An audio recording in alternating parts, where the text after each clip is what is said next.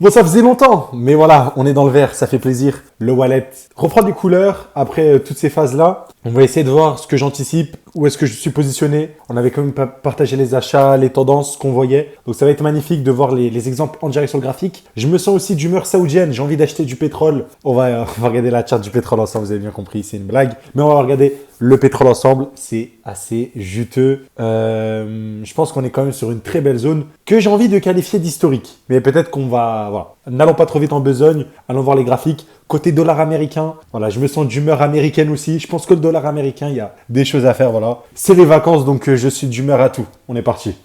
Excusez-moi, je suis un peu excité. Je sais pas si c'est un mélange du prix qui monte, des vacances. Je pense des vacances surtout. Donc voilà, j'espère que vous passez au moins des bonnes vacances. Vu les prix qui montent, ça devrait le faire. Normalement, je pense que tout le monde est un peu content. Mais revenons sur la perspective globale. Pour ceux qui se rappellent, hein, vous pouvez regarder les vidéos qu'on a fait, que j'ai fait ici. Je me suis fait insulter quand j'avais... On va pas parler encore d'alt-season, je vous le rappelle. Pourquoi? Et je le dis dans chaque vidéo, oui, c'est cool qu'Ether surperforme BTC, mais par rapport à toutes ces années-là, c'est pour l'instant toujours rien par rapport à la performance du Bitcoin. Donc certes, on revient dans les zones que je vous avais indiquées. Certes, le rachat ici était intéressant, mais on ne peut pas qualifier ça de quelque chose d'énorme, notamment quand on regarde du coup ETH BTC, mais si on regarde aussi la BTCD, on a un début de quelque chose, c'est cool. Pour moi, si jamais c'est là altcoin season, ça va continuer. Ok. Si on est sur cette phase d'accélération, on va venir continuer. Ok.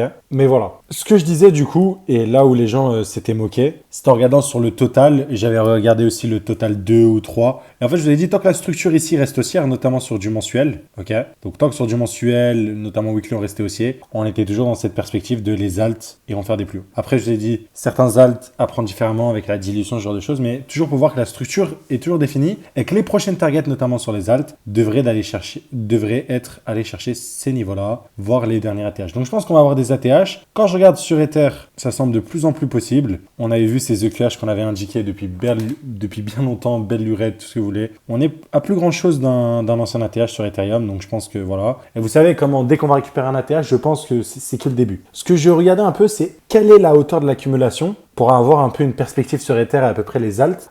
C'est si jamais on part d'ici à là, si on considère que ce range ici, où on a fait le yo-yo pendant longtemps, est une accumulation, qu'on a eu la manipulation ici, on peut avoir quand même des targets assez hautes sur notre ami Ether. Ok, déjà, pour moi, les 6 000 $. Ok, les 6 000 $. Mais vous avez vu, on peut aller viser les 8 000 et dans les cas les plus bullish, 11 000 $. Avant de viser des niveaux aussi hauts, il y aura du temps, mais voilà. Sur la structure à court terme, je suis hyper ravi d'avoir très bien identifié cette zone-là. Ici, j'étais en vacances, du coup, je n'ai pas pu vous la partager, mais elle était magnifique. J'ai partagé la distrib, j'ai dit attention, dès qu'on est sous la tiers, vous connaissez les règles, boum. Pour ceux qui ne me croient pas, n'oubliez pas, vous avez toutes les modalités dans la description pour nous rejoindre et apprendre la technologie. Mais surtout, vous avez, parce que je pense que là, vous n'avez pas le temps d'apprendre la stratégie tout autour, directement accès à nos analyses. Donc vous avez tout ça dans la description. Donc là c'est les derniers trades qui ont été envoyés, mais on va venir sur Ether parce qu'on les a eu. On avait eu l'update Ethereum ici. Mais voilà, c'était notamment cette grosse réaccumulation qu'on avait très bien identifiée. Donc ça, je suis ravi. Et on avait eu aussi le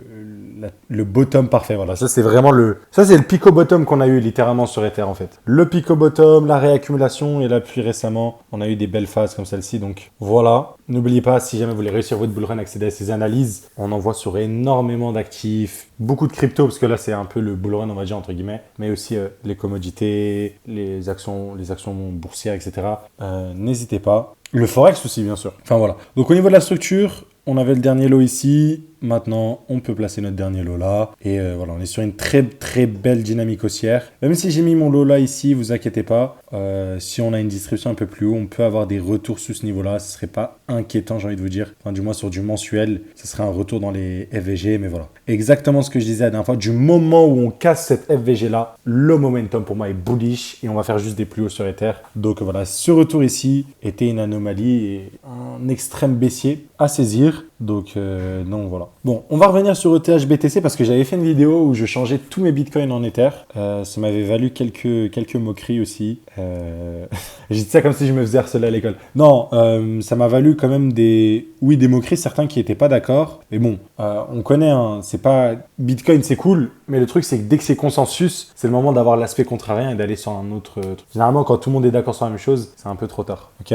Donc voilà, on avait très bien identifié cette réaccumulation. On a eu à peu près la même ici. Et donc là, on commence à arriver sur les premières potentielles zones, j'ai envie de dire, de profit si on a joué l'extrait ici, enfin l'extrême baissier. Et voilà. Je vous rappelle, moi, minimum, ma target, ça reste quand même 0,5. Voilà, c'est vraiment cette target-là. Même si on aurait pu avoir, donc ça, c'est pas des paroles dans le vent, mais vraiment, à titre comparatif, la supply qui pourrait nous aider à prendre des profits. Moi, j'attends toujours cette zone-là bleue et notamment ce trait bleu. Côté Bitcoin, pareil, on est toujours en train de faire des ATH. C'est beaucoup plus mou qu'Ether, mais pareil, on réaccumule. Donc ça, c'est très joli. Comme d'hab, hein, on crée une tiers, on récupère la tiers, on fait un COS. Et comme d'hab, vous pouvez utiliser votre Fibo, vous regardez le retracement, vous regardez les 1,618. Toujours, on revient là. Toujours, c'est exactement la démonstration que je vous ai fait quand on a pris la position sur Ether. Parce que oui, je vous dis que si jamais vous voulez avoir les analyses en direct, en temps réel, etc., avoir la notif, c'est cool de nous rejoindre et d'accéder pour un abonnement mensuel à toutes nos analyses sur toutes les cryptos, etc.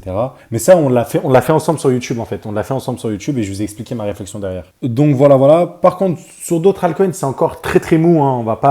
C'est Ether vraiment qui performe à l'heure actuelle et c'est vraiment l'altcoin que je voulais voir performer parce que c'est l'altcoin qui pour moi était sous-évalué. Voilà, bon, on l'a dit pendant pas mal de temps, tout le monde crache dessus, etc. Mais je pense tout de même que si Bitcoin est la réserve de valeur pour moi, Ethereum sera l'économie alternative de demain. Donc un peu à titre comparatif, c'est quand même pour moi les deux mastodontes. En tout cas, Ether en devenir d'un mastodonte, là où Bitcoin c'est déjà fait, donc voilà. Mais du coup sur Arweave, on est toujours sur cette zone de support, mais c'est très positif quand on voit qu'on est en train de ranger ici, ça pourrait ramener des pumps. Et je vous l'ai dit, avant de s'exciter sur l'alt season, comme je l'ai montré sur les ETH BTC, BTCD, attention, c'est pas encore fait on va dire. Je vous ai dit à minima nos targets, pour ceux qui se rappellent, je vous l'ai montré notamment sur NIR, et vous avez pu la calquer à peu près partout. C'est le retour dans les FVG là. Les FVG, c'est cette FVG ici. Donc cette FVG là, à minima, retour ici. Pour peut-être continuation baissière sur les alts, ceux qui vont tendre vers zéro. Ou bien vraiment on va avoir,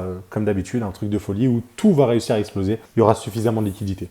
Difficile de le dire. Donc il faudra voir comment ces altcoins réagissent. Pour moi, on a quand même, vu ce que je vois sur Ether, la possibilité de voir des altcoins qui viennent chercher quand même les derniers highs. Voilà. Et j'ai aussi quand même des altcoins où je suis un peu plus sceptique. Donc j'ai parlé de cas de NIR, de Avax, où il n'y a pas beaucoup d'adoption. Le côté fondamental, en fait, Ether, le truc, c'est que je vous dis à chaque fois, fondamentalement, c'est solide. C'est très solide. Donc c'est en plus d'avoir le côté technique qui va avec toi, la fonda est magnifique. Donc dès que tu as l'opportunité, tu n'hésites pas à la surpondérer.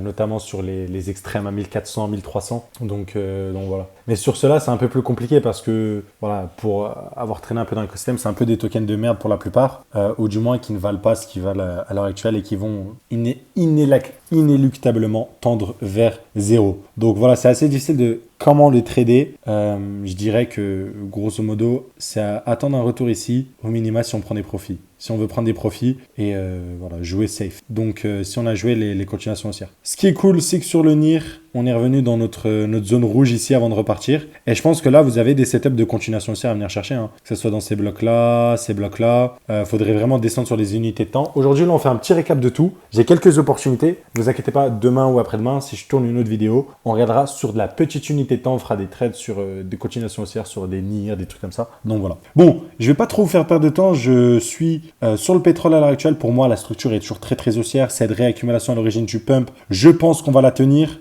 Ok, encore une fois, je connais pas l'avenir, je peux me tromper, mais voilà, je suis assez confiant sur mon trade.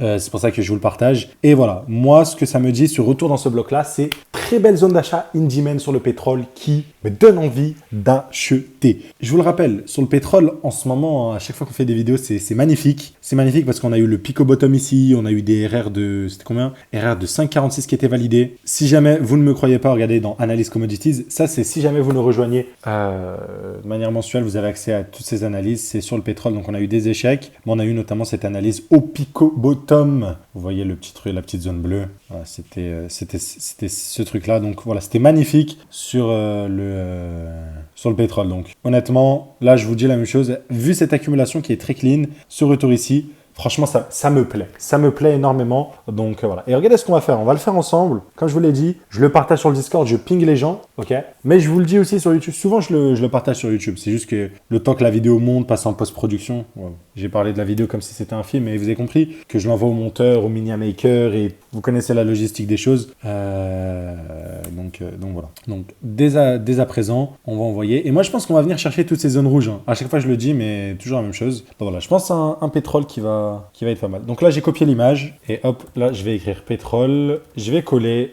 et voilà, retour. Envoyer ici directement. Et sachant que les gens qui apprennent notre stratégie, quand j'envoie un graphique comme ça, ils comprennent très bien. Ils savent très bien que ça, c'est un bloc, ça, c'est le lot de l'accumulation et que je vise des prix. Et ils ont bien les prix sur le côté. Donc voilà. Pour moi, c'est un peu l'opportunité de cette vidéo que je voulais vous partager. Donc voilà pourquoi. Voilà, cette config me donne envie d'acheter du pétrole. Et je vais essayer, pourquoi pas, d'optimiser. On verra demain dans les opportunités avec ces prises de liquidité en 4 COS. Donc COS, cassure, change of structure, cassure du dernier high. Pourquoi pas essayer de rentrer. Côté Platinum, on a bien identifié la distrib. Donc ça s'est bien confirmé. Donc voilà, toujours dans cette structure baissière, magnifique. Le Platinum, c'est exactement le même setup aussi qu'on avait partagé. Là, on est sur un retracement. Ce retracement, pour moi, va causer une opportunité d'achat. Donc on verra ça de près. Le silver qui continue à surperformer le gold. Donc très très cool. Enfin, en tout cas sur la journée, je sais pas, il faudrait que je regarde le ratio silver gold. Je l'ai pas. D'habitude je l'ai, mais là je l'ai pas. Est-ce qu'on ferait pas une... Bon, en vrai j'ai la flemme. Mais voilà, allez checker, on va juste finir vite fait par le Forex. Le Dixie, voilà un peu le setup. Alors pour moi, le Dixie, le stop loss est ici, hein, on le rappelle, on l'avait là, on l'a monté. Pour moi, en cas de cassure du dernier lot, la structure de cette début de structure haussière s'invalide tout simplement. Par contre, si j'ai bien raison qu'on maintient ça, pour moi le dollar va continuer à faire des légers plus hauts, donc aller chercher pour moi la petite zone bleue sur le dollar américain. Donc ça c'est le Dixie, c'est la force du dollar, c'est inversement corrélé, donc lui, donc si vous voulez quand l'euro pump face au dollar, le Dixie dump, grosso modo, donc inversement corrélé. Voilà. Je pense que sur l'euro USD, à partir de là, on pourrait potentiellement avoir un retracement. C'est possible. Voilà. L'euro USD n'est pas aussi clean que le Dixie, c'est pour ça que je vais me baser